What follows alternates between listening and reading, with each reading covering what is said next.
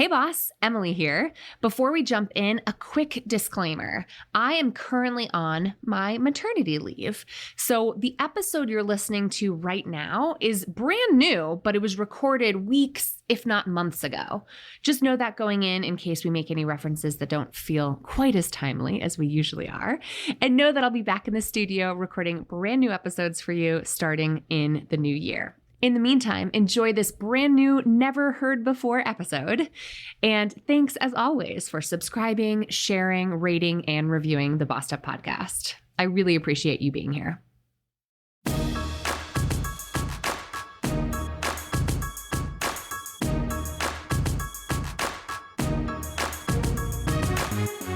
Hey, and welcome to the Bossed Up Podcast, episode 484. I'm your host, Emily Aries, the founder and CEO of Bossed Up. And today I am excited to be sitting down with Thais Gibson to talk all about overcoming self-sabotage and how we all can be the people we want to be, that we aspire to be, that we aim to be when we're, writing in our planners or making New Year's resolutions. This episode is about why those New Year's resolutions, frankly, rarely come to fruition and what we can do to actually change our behaviors by changing our subconscious neural pathways.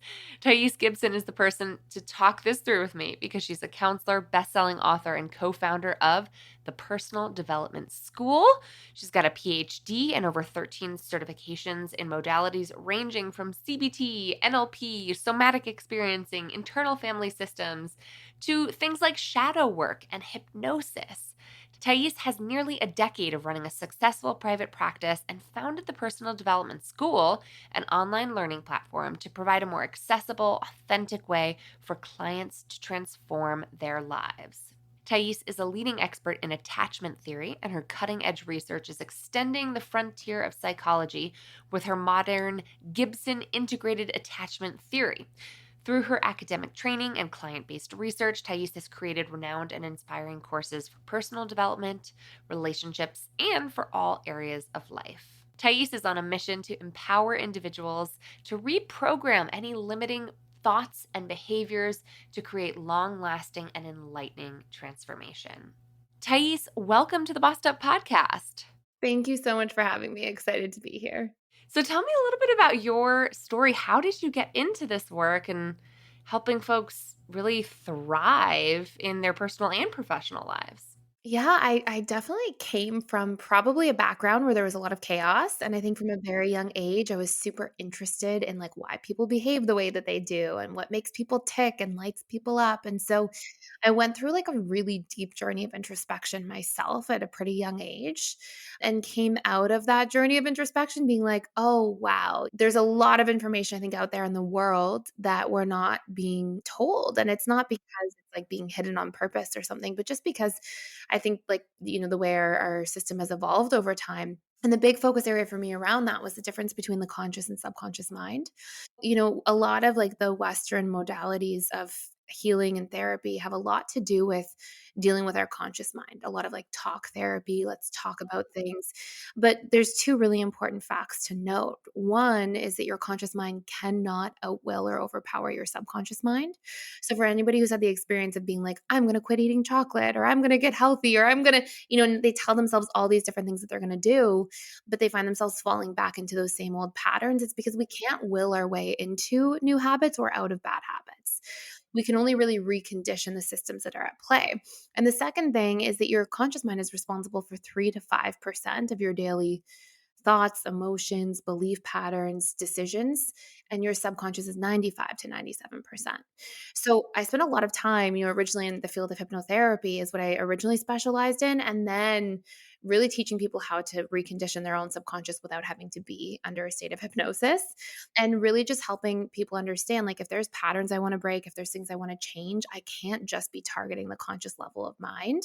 And I was like obsessed with that concept because it helped me so much overcome and change things that I wanted to work through or move in a different direction from. And so that's a lot of what sort of got me into this field to begin with. That's exciting.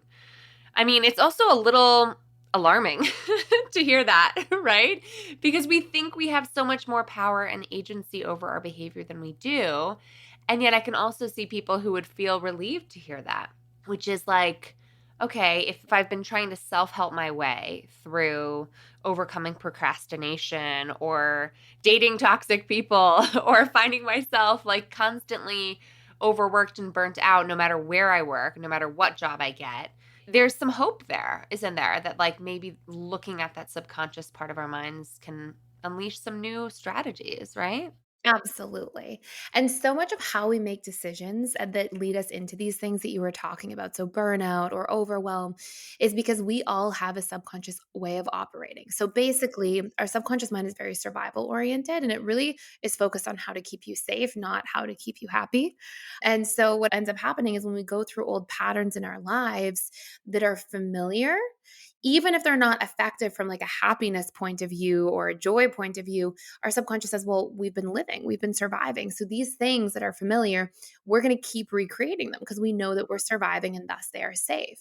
And this can range from having really bad boundaries in the workplace or, having habits where we take on too much all the time in a whole bunch of different forms or places where that we sabotage different areas of our lives.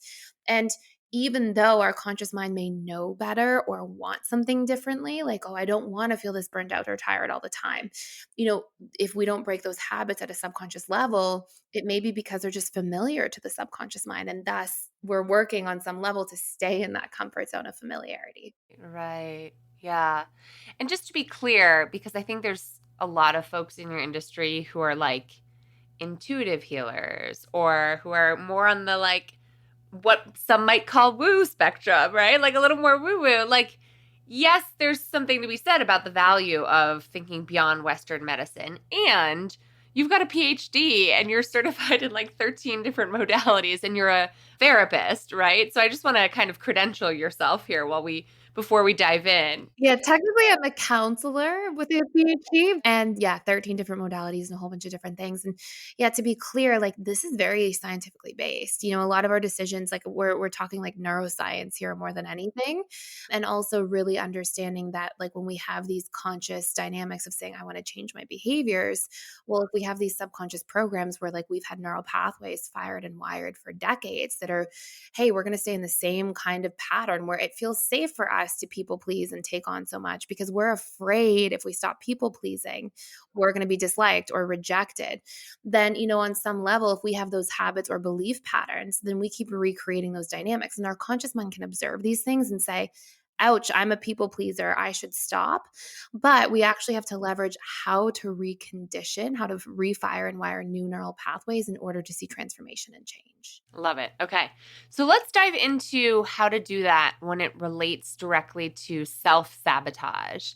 Because I love the idea of helping demystify self sabotage because it really afflicts quite a few high performing women in our community in terms of setting ourselves up to fail in some ways or feeling like we just take on too much, that there's no way we can possibly be successful. So, how do you define self sabotage and what's the underlying cause that makes that such a recurrent loop that's hard for us to get out of?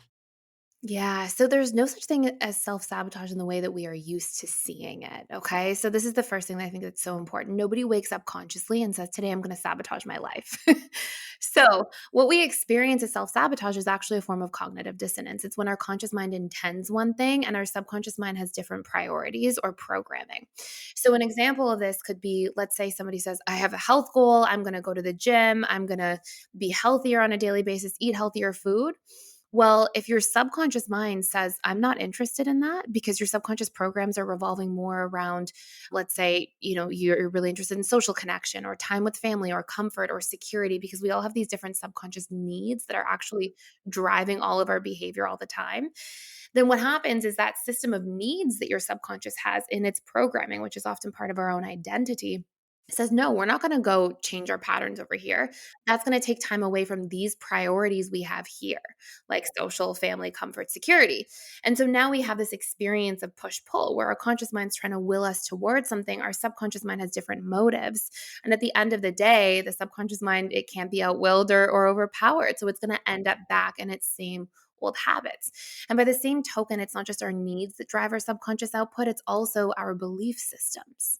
So if we also have this limiting belief, for example, that says, well, I will fail, or I'm not good enough, or I'm going to be rejected when I try to take action in this new way, then your conscious mind can intend all the things, but your subconscious mind will say, no, we have to keep ourselves safe from that rejection or from not feeling good enough. So we're actually not really going to take action. And we'll experience when we have this cognitive dissonance between our conscious and subconscious mind, whether it be based in our need system or our beliefs, we'll experience this as resistance, procrastination, sabotage, and it will feel very frustrating because we know better at a conscious level of mind, but our subconscious mind, again, is just running the show.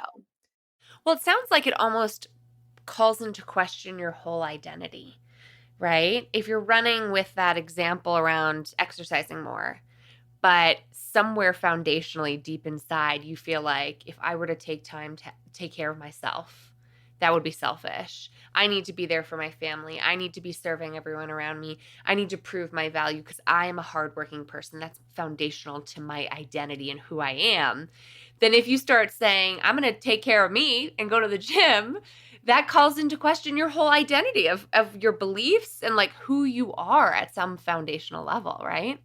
Exactly. And our identity is often shaped by the ways we adapted to past experiences. So basically, when you look at like how a part of our belief system and identity forms, everything that we're exposed to through repetition and emotion fires and wires neural pathways. So we tend to make decisions based on what gives us relief or positive emotion.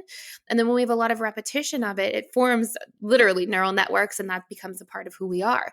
And so if, for example, somebody exactly like you just said, right, has this like foundational identity of being like the hard worker, I have to show up for everybody.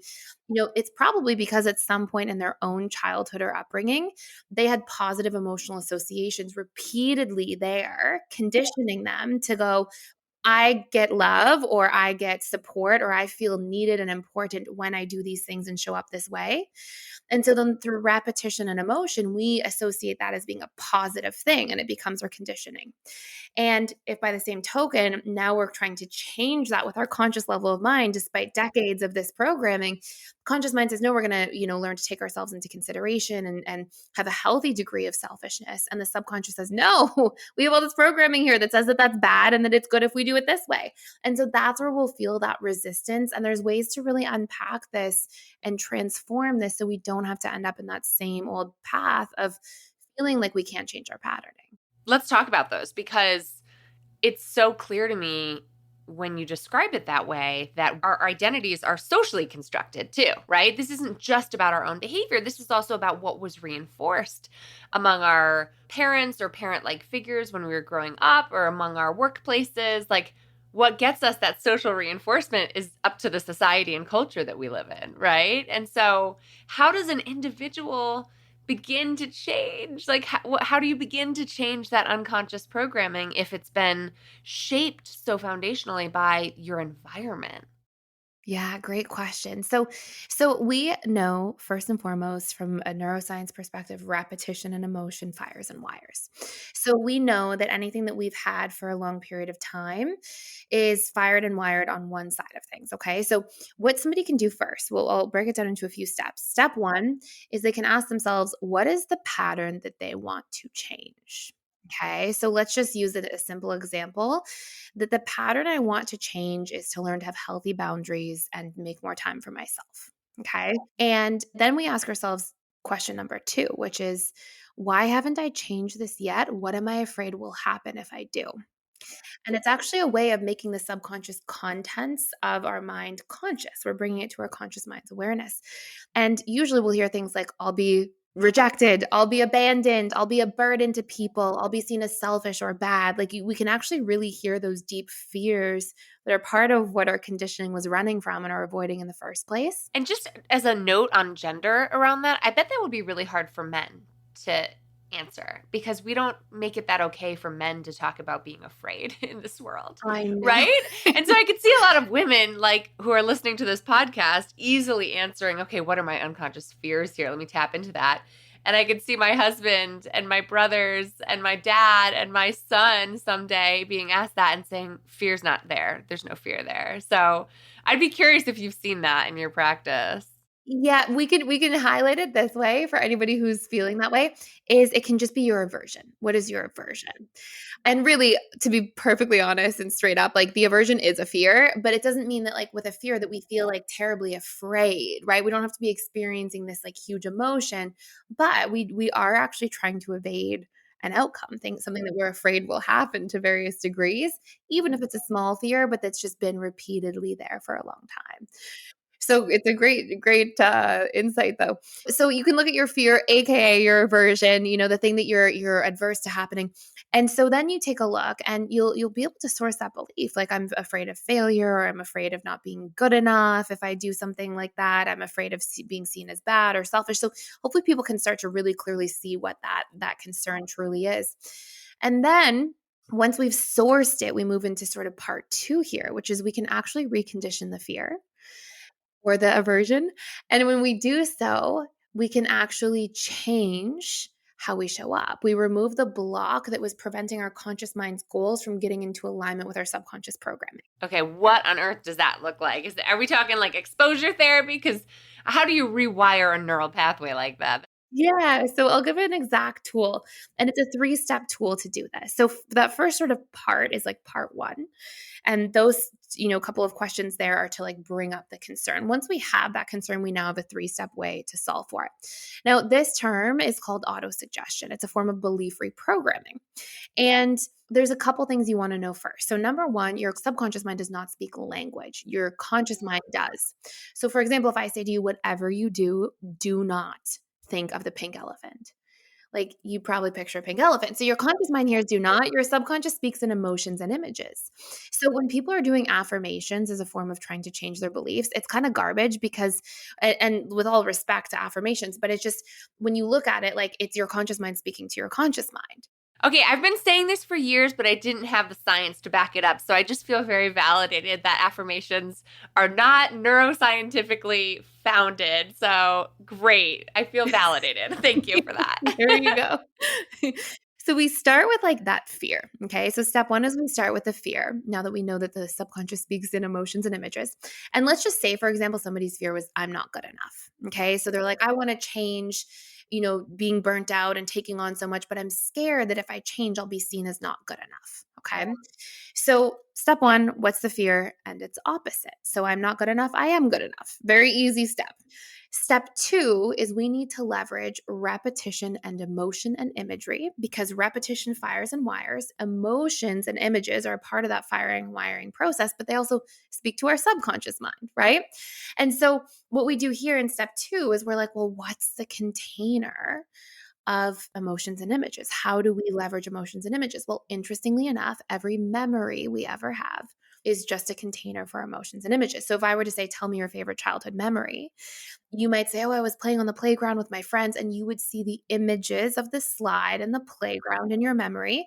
And we've all seen when somebody retells an old story and they laugh or they smile or their body language changes. And it's actually because your subconscious stores those memories with the emotion intact. And so now that we know this, we say, okay, step 1, what's that core belief and its opposite? Okay, I'm not good enough. I am good enough. Step 2, I need 10 for repetition, memories for the emotions and images of times I actually felt good enough.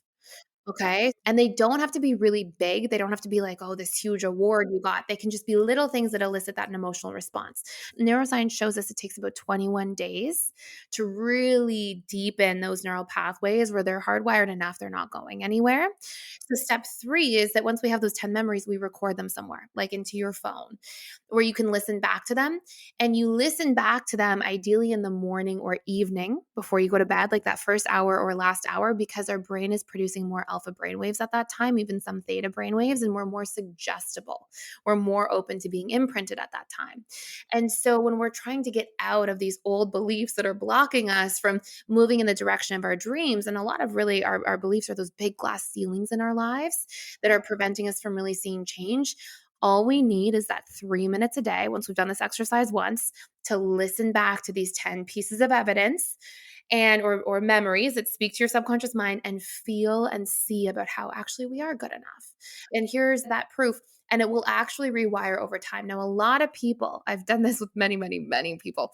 Over 40,000 people have come through our programs. Like I've seen a lot around this. A lot of people where they go wrong is they get to day 14 and they're like, I feel like I don't have this belief anymore. Because you'll really see it pick up momentum around day 7, and 7 to 14, you'll start feeling like, I feel good enough, because we also have this mechanism in our brain called the reticular activating system. And it's sort of the filtering system of your brain. So when we actually start looking at how we are good enough, it starts working on our behalf too. It starts noticing more things throughout the day when we do feel good enough. So people will be like, oh yeah, I've got this. No, neuroscience says you have to make it to day 21, because that's where we actually have those neural pathways hardwired enough. And neural pathways are kind of like muscles, they atrophy over time. So if you're not working out your bicep, your muscle goes away. So if we're not feeding that old narrative of, oh, I'm not good enough, it atrophies. And if we're plugging in this new narrative, it really wires in there. So we need that 21 days, even if we feel good at like day 14. Yeah, that's so interesting.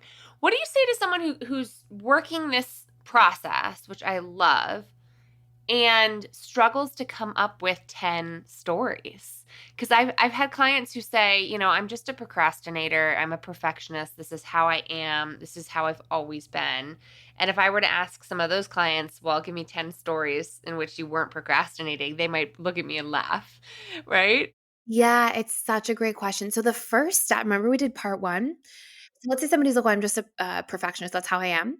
You would actually say, well, what am I afraid will happen when I'm no longer a perfectionist? And that sources that underlying fear first. So you might hear in there, they go, well, I'm afraid that then people will think that I'm a bad worker, or that I'm a bad parent, or that I'll lose everything and I'll fail, or I'm afraid that I'll make a mistake and be rejected in front of everybody. So first we source that fear. And then if somebody's really stuck on that and they have to start, they can't seem to come up with those pieces of evidence or memory, then we just start more general and get more specific over time. So for example, if we use that original belief of I'm not good enough, we don't just say I am good enough. We can say it's possible for me to improve. And then as we start to build resonance with that and we see the evidence of how it's possible to improve, then around day 7, we can ramp it up to going, I am getting better. I am improving. And then by day 14, as we start to have that momentum, then we get to the time of going, I am becoming good enough, or I am good enough. And that's the hack if we feel a little bit of resistance. Interesting. And so what does that accomplish that sort of lowers the bar a little bit if it feels too lofty to provide that much self-love, right? And that much self-affirmation? If your negative beliefs are just so loud that it feels like out of reach to give yourself that opposite narrative, kind of sneaking closer to something. Exactly, and then we keep it, like, realistic, and it goes back, like, when we tie it all together, we wanna remember that, like, if we have a big goal, we're trying to change something, we're sick of a pattern, we wanna break it, and yet we find ourselves going through that same pattern over and over again, which I'm sure everybody's experienced at some point in some form. It's really because your conscious mind is trying something that your subconscious is out of alignment with. It has these blocks that are in there. And so what we're really trying to do is clean out those blocks, because then you'll have cognitive resonance on the path to your dreams. We'll actually feel like it's more effortless and we'll release a lot of that friction. So by starting more general and getting more specific, all we're doing is we're making sure that we don't have this emotional resistance. And when someone's in emotional resistance, like if somebody ever says, I don't have any proof for how I'm good enough, I can't think of one thing, it usually actually just represents the degree of emotional intensity that they've been living in that belief. So usually we can find like at least a few things of how we're good enough, unless we've had a lot of pain there and a lot of discomfort there. And so we've really come to believe that about ourselves. And at its core, the reason that we hang on to beliefs so hard is because if you look at our mind is survival wired. So I often say to people, like, let's say you're in the forest and you are walking through the forest to get to where you have to go, and you see a bear and you run away and the bear chases you, but you get away and you're safe. But the next day you have to walk that same path in the forest. You don't think like, oh, I remember this really beautiful flower I saw next to the bear yesterday. You remember the big scary bear and its teeth. And so we're actually wired to hang on to uncomfortable experiences a little more than positive experiences, which of course as a human being, like that's survival oriented, but it's not happiness, productivity oriented. It can keep us really stuck emotionally on different things. And so, we actually have to, on some level, in my opinion, to achieve our full potential, be mindful of the fact that that's the way that our mind works, and be doing the work to kind of pluck out those unnecessary or unhealthy programs, kind of like weeds in a garden, because we already know our mind is functioning that way. It's going to hold on to those negative things, and it's going to block us with those negative things accordingly. Yeah, I mean, that causes such heartbreak for me because I think about how that might resonate with folks of different lived experiences in our society, right? Like, if you have a history of trauma, if you have institutionalized trauma, right? Like, if we're talking about racism, sexism, all kinds of isms, right? That just disproportionately dole out stress in our world. Basically, what you're saying is those folks are going to have to work harder to not be self-perpetuating mechanisms, right? For that mindset to kind of hold you back. So it's almost like if you were born in a really privileged position and have less trauma and stress for whatever reason, there's less work to be done there. Is that sort of what I'm hearing? Unfortunately, that's the case. Yeah, unfortunately, it's the truth. Like, when we go through things, it imprints the subconscious will hold on very tight to it, and it does what I call, like, reprojecting, right? Like, if you just look at a very obvious example, let's say somebody grew up in foster care, okay, so they were abandoned.